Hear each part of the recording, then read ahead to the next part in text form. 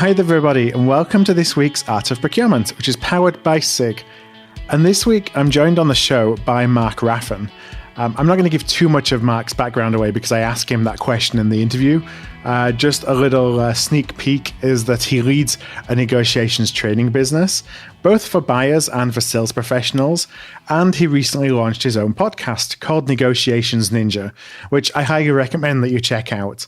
And I'm not just saying that because I'm biased, but Mark and I just finished interviewing as well for his podcast. The day that we recorded this, we did 2 interviews. I interviewed Mark for Art of Procurement. Mark interviewed me for Negotiations Ninja. So I think that's going to be coming out next week. So make sure you keep an eye open for it. And my conversation with Mark was one of those conversations where I had a bunch of structured interview questions. I ended up tossing most of them out the window and just followed the flow of the conversation.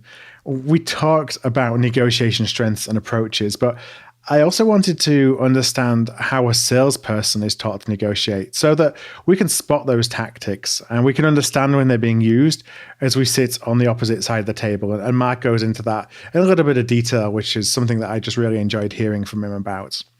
I really had a blast talking to Mark. I hope that you enjoy the conversation as much as I did. And as I mentioned right at the beginning of my introduction, the first thing that I asked Mark is if he could just share a little bit more about his background. I'm a procurement guy, have been pretty much my entire career. Started off, actually, strangely enough, in sales right out of university. Right. Did ad sales for about a year to pay off student loans. Hated ad sales. Worst choice ever. And then I realized very quickly that I'd rather have the hammer instead of be hammered. Right. So I switched very quickly to procurement. Started off as a buyer, progressed through category management, managed a couple of categories, went into some leadership roles, and then decided after that I really wanted to do my own thing. Mm-hmm. And so that was sort of the genesis period of starting the Negotiations Ninja podcast, and then ultimately starting my own training business, which is focused purely on training salespeople and negotiations professionals and procurement people in general to be better negotiators. And there's a massive opportunity for people to become better negotiators, because I think by default, procurement people and salespeople think they are amazing negotiators, and that's not true. All right. So, there's a few places I want to go there, and I'm cognizant of not wanting to jump straight into the negotiation question because I have something to follow up with there. But I wanted to just touch on the podcast. So you started the podcast, you alluded to it, negotiation.ninja. It's funny how similar our backgrounds are really when you get down to it. But when you started the pod, I imagine you didn't realize how much work was involved in it. And how's that going at this point? You know what, Phil, I'd love to tell you that it's so easy. And that's a process of getting guests and getting times and editing and all the stuff that goes with podcasting is super smooth.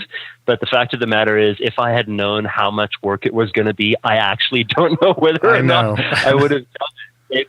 It's a ton of work, and I went in cold. Like I did zero research. I just decided one day, you know what, I'm going to start a negotiations podcast, and jumped into it without knowing anything about even something as simple as podcast hosting and the process of paying someone to host my material, and then paying more because I'm running out of space, and going through the editing process and trying to edit my first few episodes, and then very quickly realizing that that's really stupid and I shouldn't be doing that. It took me a lot longer.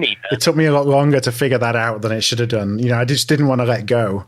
But finally, after probably like a year and a half, I suddenly thought, why am I doing this? I'm taking longer editing than I ever am in the conversation. It's time for someone who knows what they're doing to do it.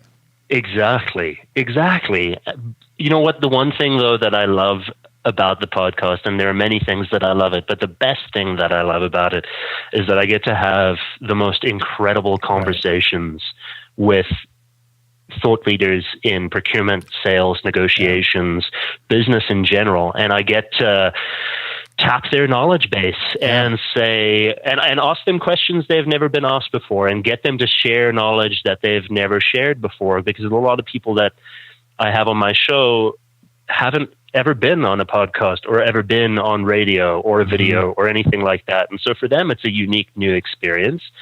But they're practitioners. And I think that's the big difference that the show has over other negotiation podcasts or podcasts in general, in that it's not theoretical knowledge. There are people that actually know what they're talking about that come on the show. And some of it seems counterintuitive when you hear the knowledge, but it works. Right. And so having someone on the show that can deliver the goods and tell you exactly how to do the work and do the negotiation is what counts. So you mentioned, and this is where I wanted to go, in the beginning you said about sales and procurement professionals often believe that they're perhaps stronger negotiators than the reality may be. I wondered if you could kind of give some examples of maybe some of the myths that we tell each other or tell ourselves, or some of the weaknesses that you see that we can correct. What is it that we do that we shouldn't really be doing that maybe we don't even know about it? Yeah, great question. And I think, unfortunately, a lot of either side of the table, whether you're on the the procurement side or the sales side, there's an ego that comes with that. So on the procurement side, I mean, we're very data driven. We're very analytical. It's, we're very focused on the numbers, and we can see the gaps in the numbers. And so that's sort of where we focus. And on the sales side, typically you have people that are great talkers that can, talk about a solution and be very salesy about a solution. And both are parts of negotiation, but they are not negotiation. And so I think the big thing that both sides of the table miss is that they come in with an ego that because they're a salesperson or because they're a procurement person, they've already, especially with people that have been around a long time, they already know how to negotiate. And there's almost like a mental block to being open to, new ideas or new approaches or different approaches to strategy and negotiation than they've heard before. Now, fortunately enough, the vast majority of my listeners, if not all of my listeners, are not those people because they listen to the podcast. And I mean, we talked in our previous discussion about people who are focused on self-improvement. I find that people who are listening to podcasts to begin with are already open to learning new things. But a lot of the business that I do outside of the podcast is teaching and training people and sales teams specifically and procurement teams how to be better negotiators, and trying to challenge them on their preconceived notions about what negotiation is very, very difficult to get across the idea that, listen, this is, number one, a skill that can be taught. You don't have to be born with it. It is a skill set that you can learn. And number two, it's not just for salespeople that can talk a good game. The best negotiators that I know are quiet, and they listen really well, and the listeners are the ones that get great deals. So I think, and that was a really long-winded answer to your question, but I think the major issue that both sides of the table have is ego, and coming in with this preconceived notion that they can do something better than someone else, and they know exactly what they're doing. Is getting over that, I think, is the first and biggest hurdle. How do, in your experience, so you talked about the fact that you work with sales professionals who are negotiating from one side of the table, obviously procurement professionals negotiating from the other side. How do sales professionals approach a negotiation? And how does that differ from what you see how procurement professionals approach a negotiation? That is a great question. So I think salespeople approach negotiation and procurement salespeople approach negotiation very, very differently. And I'll start that by saying salespeople approach it from getting the sale versus procurement people getting a deal. Yeah. And I think there needs to be a very clear distinction between those two things. So closing a sale and closing volume are, generally speaking, and I'm painting a broad brush here, but generally speaking, more important to salespeople than obviously procurement people, because procurement people are more focused on getting the savings on a per deal basis. Right. So salespeople are more volume focused and procurement people are more per deal focused. And the interesting thing that you'll find between salespeople and procurement people is that the negotiation aspect for the salesperson therefore becomes less important because they're so focused on just getting to the next sale because they have quotas that they need to hit. Right. And so on the procurement side of things, we're much more focused on the actual negotiation within the deal. And what that does is that it forces salespeople to concede and concede too early. So when you're in a negotiation with a salesperson, you'll find that you can get a lot of really quick concessions right away. And procurement people rely on that as sort of the bread and butter of the grinding price game, right? Yep. But what's interesting is that salespeople don't think of, because they're thinking in volume and they're not thinking of a specific deal, and this would depend on the industry and the complexity of the sale, but because they think of a volume basis, they give up so much. And the words that they use and how they position themselves create a perception, and we talked about perception the last time that we chatted, but create a perception in the mind of procurement that it's going to be an easy win for procurement. And so procurement generally, unfortunately, it attracts a certain personality. And once a procurement person smells blood, they go for the kill. Right. And they grind on that price, and they grind and grind and grind and grind. And then the salesperson concedes until they can concede no more. And then there's the sale. And then ultimately the business that has sold the service tries to get it back on the back end through either change orders or whatever it is. But the salesperson concedes way too early.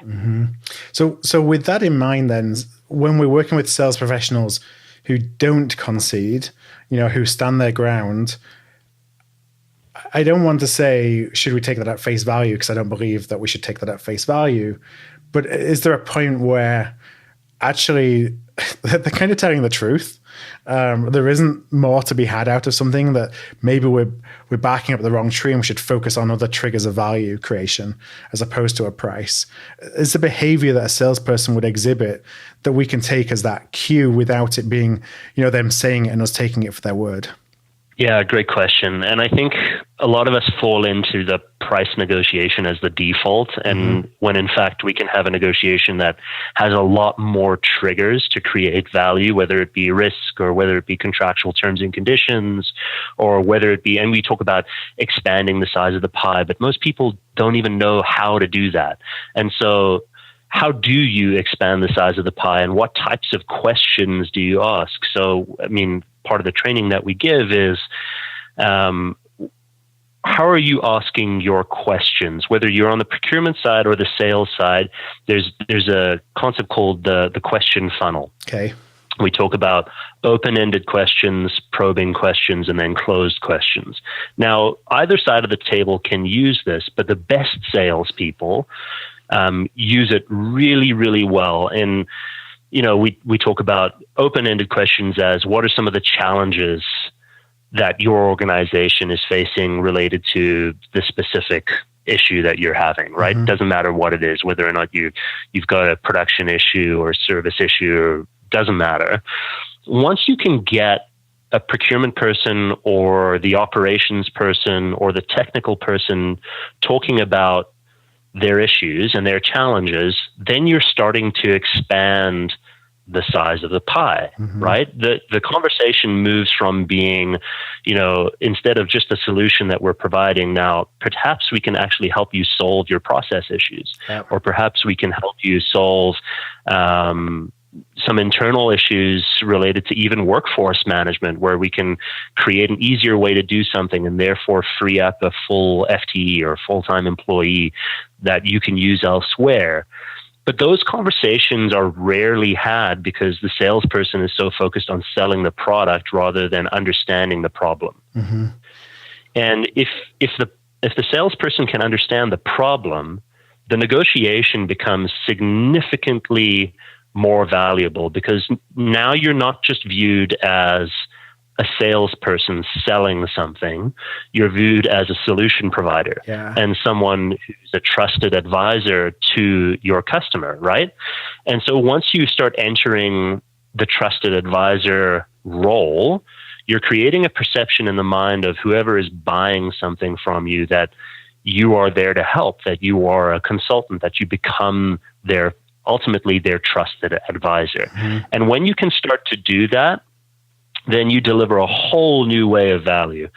And I think that's the biggest difference. Yeah. So as a procurement professional, there's a couple of things that I think about there. One is it, and I'd love your opinion, is it incumbent upon us to better educate or relay to the sales people of the companies that we're working with the challenges that we're trying to solve? But two, is that actually, does that provide them with more insights and information where they can then build that position of a trusted advisor and perhaps use that against you?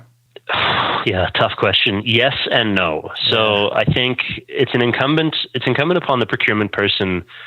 I mean, I think we've created a situation for ourselves as procurement people where we separate the business from the salesperson and try to be that conduit and, that barrier really between having them have the conversation.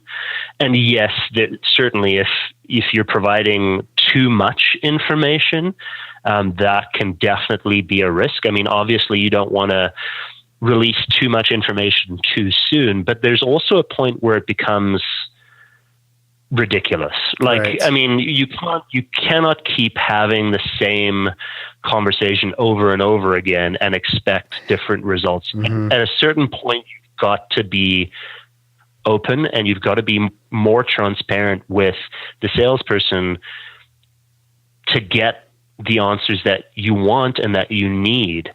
Because if you're approaching it from I don't trust this person because they're a salesperson approach, then you're going to lose. Now, for sure, there are going to be some greasy salespeople that try and take advantage of you with that information. And that's the unfortunate part of our business. But likewise, there are some procurement people that would equally grind on a salesperson to get all the blood out of the stone that they could, right? So I think it's incumbent upon both parties to approach it as, look, we're aligned. Our interests are aligned. You want to sell something and I want to buy something. So why don't we just figure out the best way to do that so that we can stop this bullshit conversation of, price was X. Well, we want a discount and blah, blah, blah. And that doesn't get anyone anywhere. When we can start to actually challenge each other in the value that we're providing, then the negotiation starts to get interesting. But being able to approach it from that perspective takes a big amount of maturity, I think, from both sides of the table. And I mean, I've definitely been guilty of this in the past, and being, the barrier procurement person that tries to stop the salesperson from, contacting the business. Salesperson is bad, procurement person is good, and nothing in between. Exactly. And I think, in order for us to avoid getting caught by either side, and that's a strong word, but getting caught by either side with our pants down in a negotiation, it comes down to being open and upfront right at the beginning and saying, look, here's the situation. We need help. you have something that may help us. Yeah. I'm trusting you that you're not going to take advantage of us, and have that conversation, right? There's no procurement or sales or negotiation book that will tell you that making it incumbent upon the other party to have faith and trust in each other is going to not help the negotiation. I think that's really, really important. And the words that you use there are really important, because I think if you can place the onus on the other party to show trust, and likewise you can accept that trust, then I think it becomes a different conversation entirely. Yeah. I have personal experience of a very recent deal that I negotiated that, I took that approach was it's about transparency. This is a problem we're trying to solve for. This is the amount of money we have to be able to solve for it. And it's no BS. Like, that's the amount is the amount. I can never move from that. And I won't move from it, because doing so will erode their trust in what I'm trying to say. And because I was being honest. And it really enables you to be creative in the things that you can build and the things that you can do in a way that the deal would never have been possible if we'd have gone through a traditional process, because they'd have come in and, I know their pricing, would be significantly higher. And it would have been outside of our budget. And so we wouldn't have been able to do it. But having that conversation led us to a place where we feel that we're collaborating. But on the flip side of that, it only takes one action from somebody else who also is a stakeholder or who has an interaction with that deal or the output of that deal to do something which completely destroys that trust. That's where I struggle, honestly, is like making sure that everybody is aligned within either a deal team or within operations and execution, that these are the tenets upon which that negotiation was built. And it was built on trust and collaboration, not as soon as you get to a point of confusion or a point where there's different perspectives, do you go into let's beat up the supplier mode?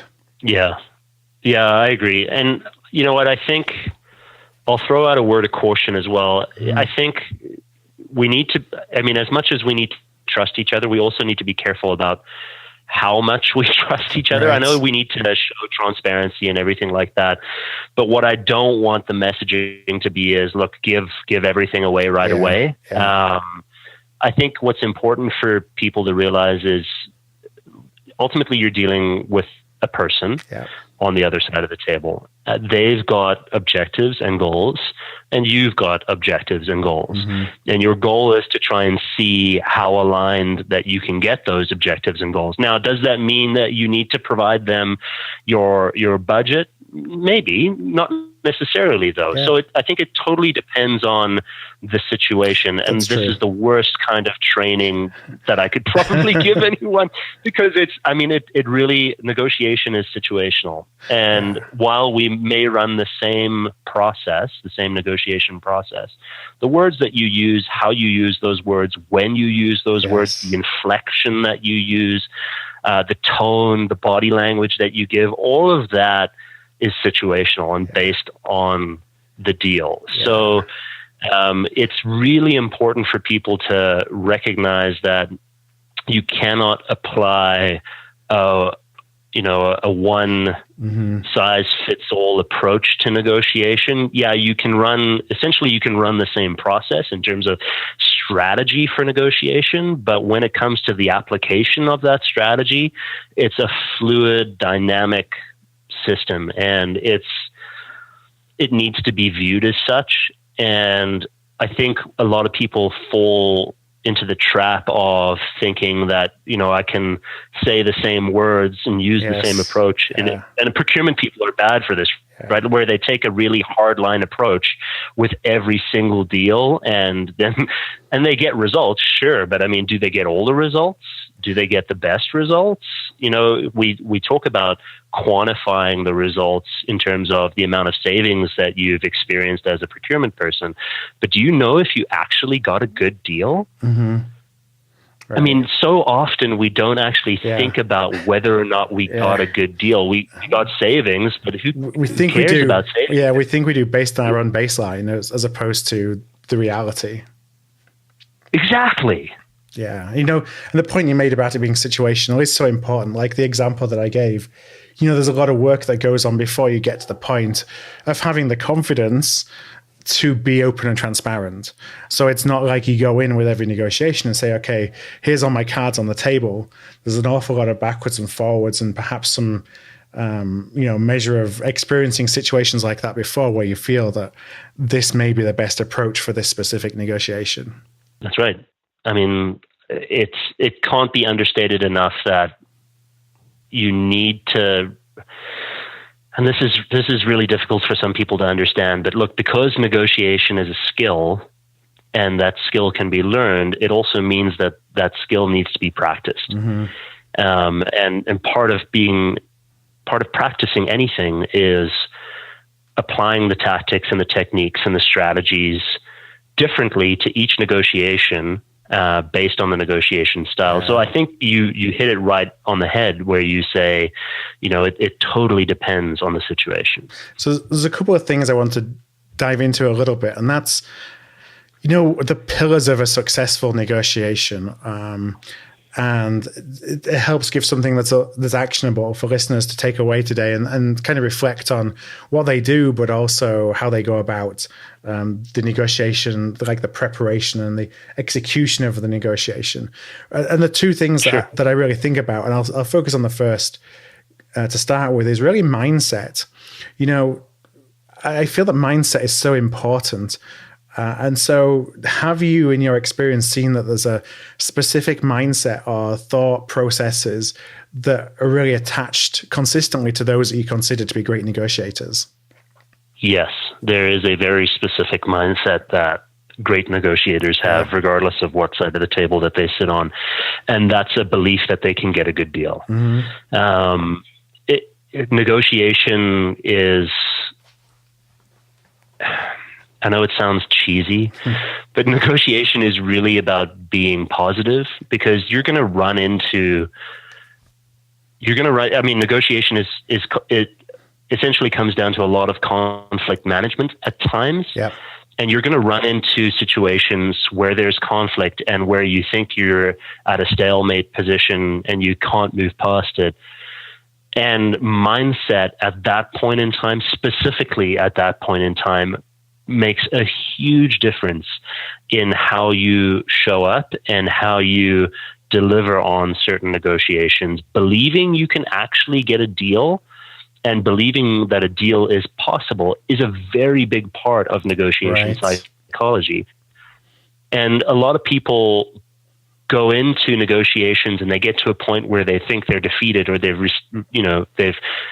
reached a stalemate position.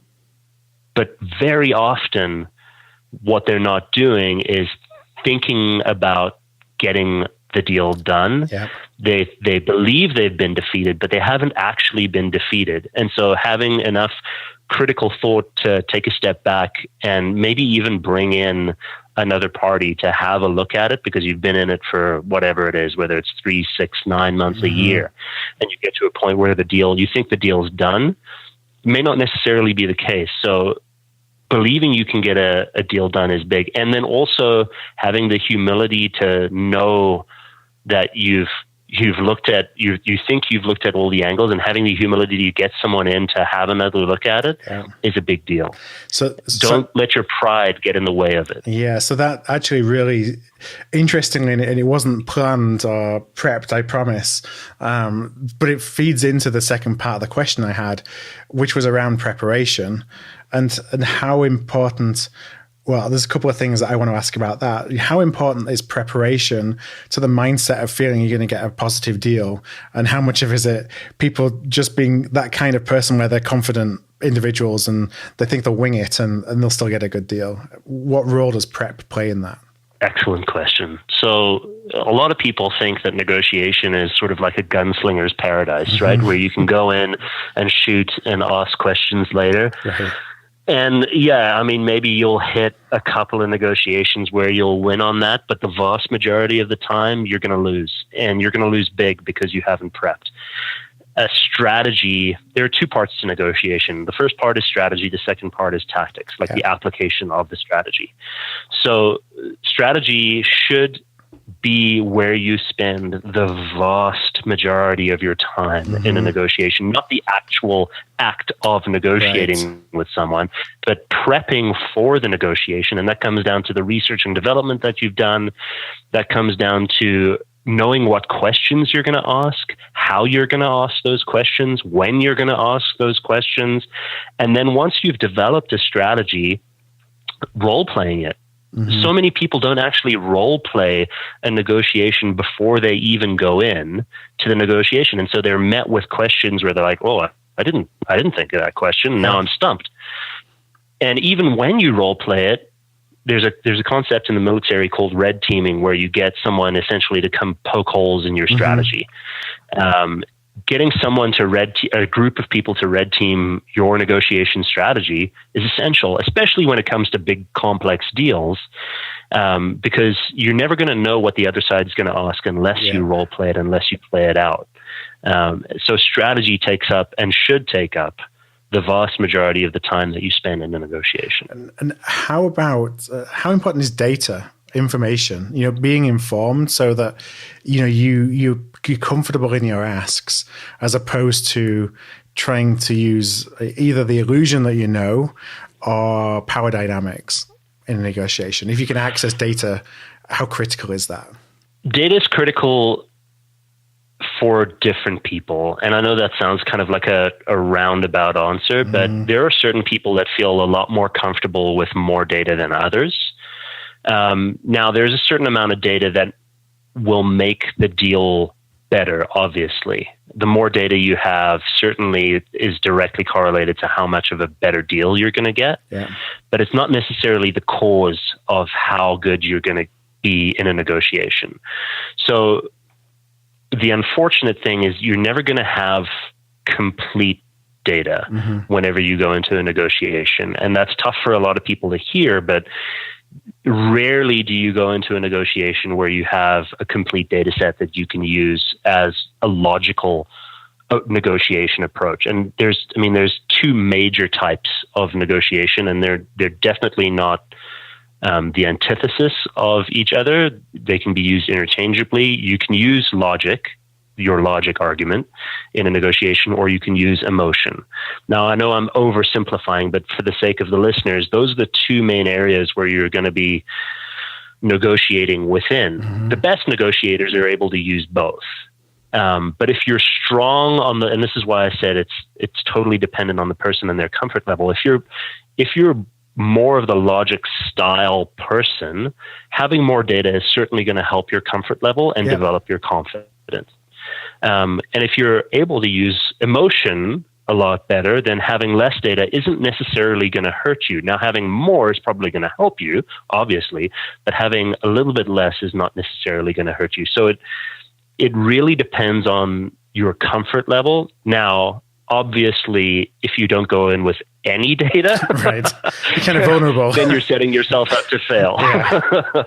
So it becomes a situation where, is there diminishing returns on doing more research? Is the additional piece of information actually going to help you? And if it is, great, do the research and get that data. But if it isn't, then you've got to be really critical of your thought process and go, well, am I doing this just because it makes me feel comfortable, or am I doing this because it's actually going to help the deal? It's a really interesting point, because we think about the more data we have, the more I hate to use power as the word, because I don't want to think of a negotiation as having power, but maybe the more informed we are, or the better prepared we are. And as you're right, it's not necessarily all about getting as much data as you possibly can, but it's what's enough, what information is enough to at least help guide you. And you're kind of using it as a crutch for yourself as well. Yeah, and you can, right? I mean, I think the issue that especially on the procurement side, the issue that a lot of us have is that we analyze the hell out of an opportunity, and we go into a situation and then the salesperson throws a curveball and then all of our data gets thrown out the window, right? Like, I mean, there's certain situations where you can have all the data in the world and it's not going to help you. So it's really about how much data the specific deal needs, as opposed to how much data you personally need. Yeah.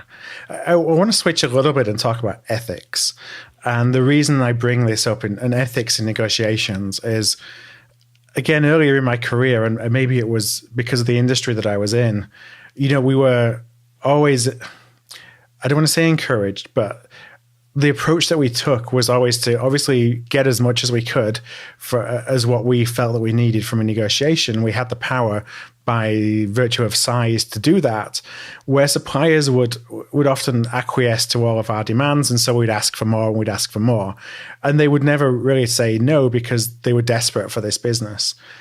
At what point do we need to be responsible, in your opinion, and also the experiences that you've had in recognizing that we have some responsibility to actually not ask for things that we don't think is sustainable, or that the other party shouldn't be giving us, even though they may give it to us? Yeah. I think a lot of this comes with, unfortunately, time behind the wheel. Mm-hmm.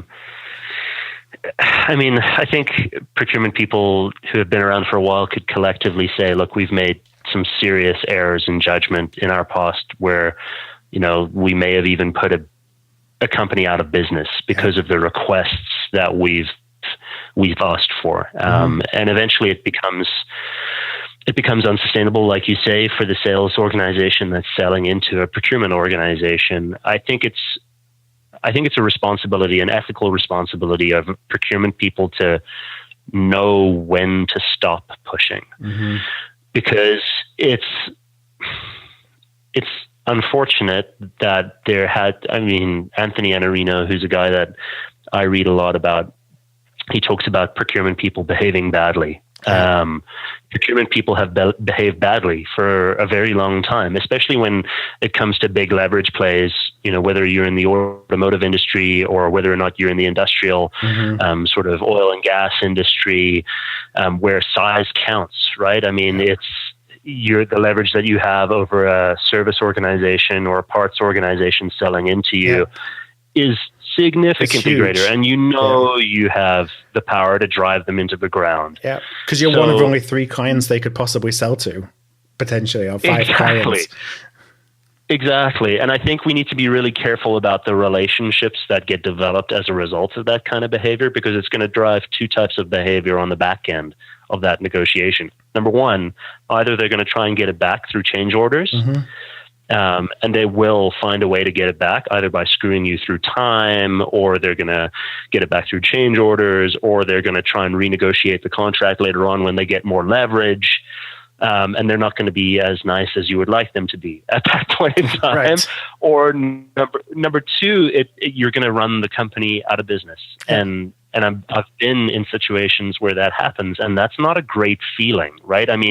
Being the person who's partially responsible for having, hundreds of people lose their jobs because they can't deliver the goods or the services is a really shitty feeling. So I think procurement people have a responsibility to stop, right? To know when to stop pushing. Now, when does that happen?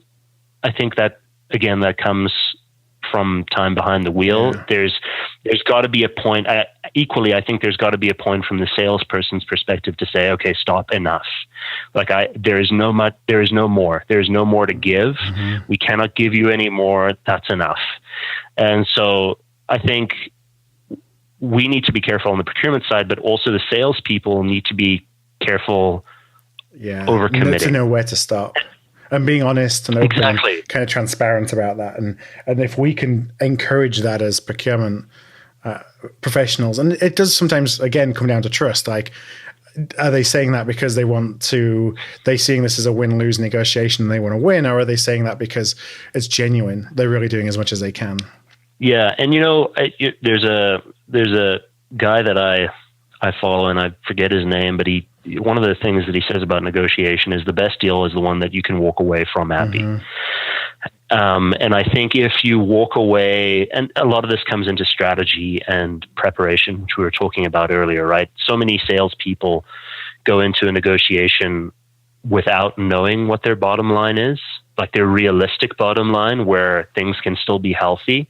And so they push past that bottom line way too quickly, way too early, and then keep pushing and pushing and pushing. Right. And eventually they're going past cost, and then it becomes unsustainable, and then the whole thing collapses on the back end. So, I mean, that's why preparation is so important, because if you don't have the information, if you haven't done the financial research to determine where your cost is, and you're not getting someone to have a look at that and like check your numbers and make sure that you are offering a deal that makes sense, then you're going to get yourself into trouble every time. Yeah. You need to know when to walk away. Yeah.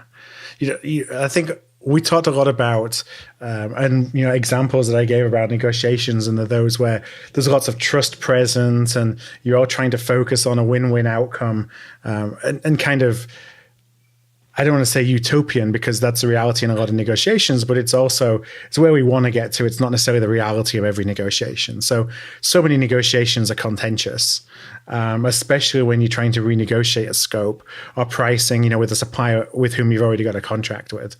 And you can do a lot of damage in those negotiations. I've been on the receiving end as a service provider of damage that has been done through negotiations, and how that impacts either A, desire, or two, ability to then service that client because of things that happened and the erosion of trust that happened within the negotiation that's contentious.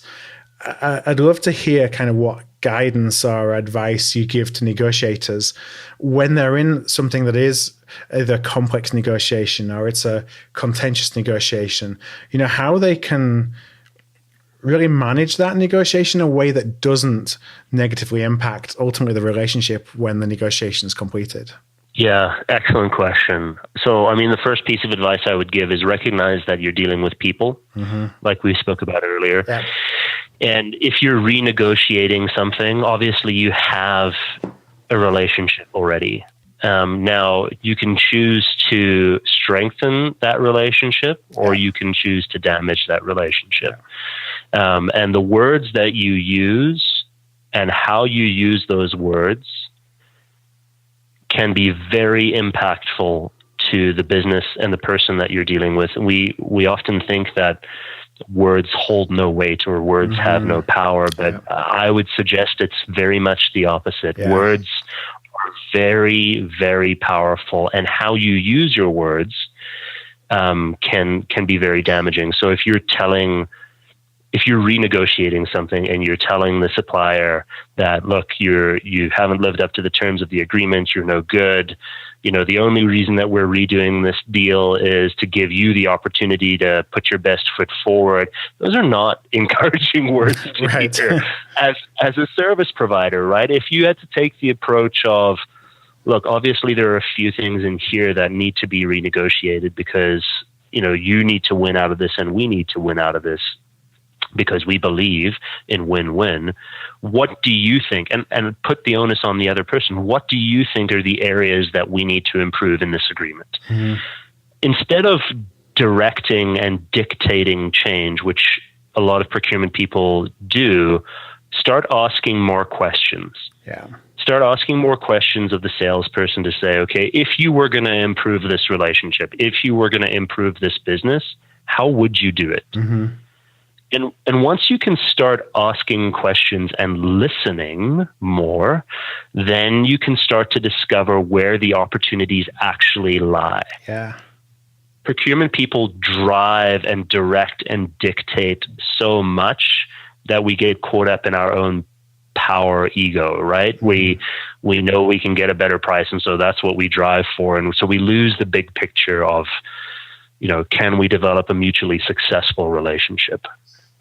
Yeah, it's easy to lose sight of that because you often think about negotiation as being an isolated, not necessarily a process, but an isolated initiative, or it's within the bounds of a relationship, but we don't think about the broader consequences. So we think, yes, this may be a contentious negotiation, but once the negotiation's done, then, everybody's agreed to something, to whatever the outcome of that negotiation is. So in doing that, everyone is agreed to it and we'll move on and we'll go to execute whatever their responsibilities are in the execution of it. And a lot of people that I've worked with, kind of take that perspective that, well, here's the contract now. We've negotiated all that. Everyone should sweep under the rug what came before, and now let's just get on. And that's a lot easier said than done. It's really, really hard because again, like you said, people are people. It's hard for us to forget and to move on when there's things that happen within negotiation that we may not have been pleased with, or where we found that maybe there was an erosion of trust that happened through it. And I think we got to think about that and recognize the fact that once a negotiation is done, it doesn't mean that we can kind of forget about what went into it and move on, that there's a lot of collateral damage if we are not necessarily, acting in the ways that's consistent with the relationship and the type of relationship we want to build with that other party. I totally agree with you. Yeah. So I know we're coming against time. I have one last question that I'm going to go into where listeners can find out a little bit more. And the last question I had, we talked, and actually for listeners of this podcast, Mark actually interviewed me for Negotiation Ninja beforehand. So he turned the tables on me, and I'll definitely, if that's published by the time this is published, I'll link to it in the show notes. But we talked a lot about technology, and we talked a lot about technology in the role of procurement and how that may be evolving what we do as procurement professionals. I'm interested in the same perspective, Mark, from a negotiator. Is there a day when machines talk to each other? They all have some pre-programmed logic built within it that says, these are my bounds of acceptability. And negotiations, like the result of the negotiation gets churned out at the end and we require no human intervention. Are we heading there, or is technology going to impact a negotiator in a different way? It's funny that you asked that, because I actually know of AI that's being developed right now that is part of that. Interesting. So I think, what I think if it comes down to, we call it soap, rope, and dope, like the simple transactional kind of stuff, maybe there's a time that kind of stuff can get negotiated through some sort of AI that gets developed. But I think there's always going to be, in fact, I firmly believe that there's always going to be a role for people who have strong negotiation and strong relationship development skills, because and maybe just this is me being short-sighted, but I cannot foresee a day where you have a complex negotiation that requires looking at alternatives that have never been thought of being done by some sort of artificial intelligence. I think there's always going to be a human aspect to it. And I think one of the things that we need to think about as we move forward with technology and technology's role in negotiation, procurement, and sales is, look, technology may replace parts of your job. That's a fact. It's going to happen. And that doesn't mean that you can't develop in other areas. And it doesn't mean that technology is going to replace all of your job. And it doesn't mean that you can't necessarily reskill to another area. I don't think, again, maybe just me being naive, I don't think technology is going to replace our ability to have strong emotional intelligence. Right. And so much of negotiation is your ability to have and develop emotional intelligence and understand and listen to the other party. The day that happens is obviously the day that my business ceases to exist. But I think most of the people's businesses who aren't doing that as well, it's like that will suggest a lot bigger impact than just the impact on the negotiation profession. I think so. Yeah, technology can sometimes be scary for some people, especially when it comes to the procurement side of things. And, some of the advances that technology is making in procurement in terms of automation of processes and some things that are being done on data generation and AI and machine learning. I think those are amazing and incredible things, but thank God that technology is replacing that, because those are things that we don't want to do anyway. Right. So we should be celebrating the opportunity. Absolutely, getting rid of a that massive stuff. celebration. Yes, because that's a ton of work, right? It's a ton of work, and so if we can automate those processes, it just makes our jobs easier in the long run. Well, Mark, I want to really thank you for joining me on the podcast today. It's been a fantastic conversation. We haven't talked that much about negotiation on Art of Procurement, and honestly, I'm not really sure why. I think its time has definitely come to have this conversation, and just really appreciate your insights. I think it's really interesting to kind of take a step back and think about the salesperson's perspective as well, because it comes down to it's a human interaction. And if we don't think about that, we think about what we're doing in isolation, may lead us to take positions or perspectives that don't necessarily have empathy with what the other party is trying to achieve and the way they're trying to go about it. Yeah. I can't tell you enough how important it is for people to think about the other person on the other side of the table. So, I mean, if I was going to leave the listeners with any kind of advice, it would be empathize more, listen more, and ask better questions. Yeah. Well, where can listeners, if they've enjoyed the conversation today, and I'm sure they have, where can they find out a little bit more about you and about Negotiation Ninja? The best place to find me is on Negotiations Ninja. So that's negotiation with an S on the end, .ninja, not .com. Yeah. And then people can also find me on LinkedIn. I'm super active on LinkedIn all the time. So if you just type in Mark Raffan, that's 2 F's, A-N at the end, then you'll be able to find me there. Perfect. All right, Mark. Well, what I'll do is I will link up to Negotiations Ninja, and I'll link up to your LinkedIn profile in the show notes. Those are going to be at artofprocurement.com/Mark Raffan. That's artofprocurement.com/Mark Raffan. So one last time, Mark, it's been a pleasure. I'm really excited we're able to do this. So thanks for joining me. Thank you so much, Phil. I had such a great time.